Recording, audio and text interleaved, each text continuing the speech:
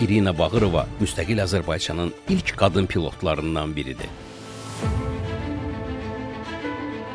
İrina Bağırova 1955-ci ilin 8 mart tarixində dünyaya gəlib. Beynəlxalq Qadınlar Günündə anadan olan İrina xanım qadınların az olduğu sahəyə maraq göstərib. İrina Bağırova pilot peşəsinin ilk addımlarını Bakı Aeroklubunda alıb. Burada o Leyla Məmmədbəyova ilə tanış olub. Leyla Məmmədbəyova ilk qadın təyyarəçimizdir. Belə görüş təsirsiz ötüşə bilməzdi. Xanımların da pilot ola biləcəyinə inamı artan İrina Bağırova Ukraynada aviasiya sahəsində təhsil alır və 1977-ci ildən etibarən peşəkar pilot olur. 45 illik fəaliyyəti dövründə o həm təyyarə, həm də helikopter idarə edib. Dünyanın müxtəlif ölkələrinə uçuşlar həyata keçirib. İrina Bağırova müstəqil Azərbaycanın da dövründə fəaliyyətini davam etdirib. Beləcə, o müstəqil Azərbaycanın ilk qadın pilotlarından biri olub. 2022-ci ildən etibarən isə İrina xanım təqaüddədir. İrina Bağırovaya aviasiya sahəsində göstərdiyi xidmətlərinə görə təşəkkürümüzü bildirir və ona möhkəm can sağlığı arzulayırıq.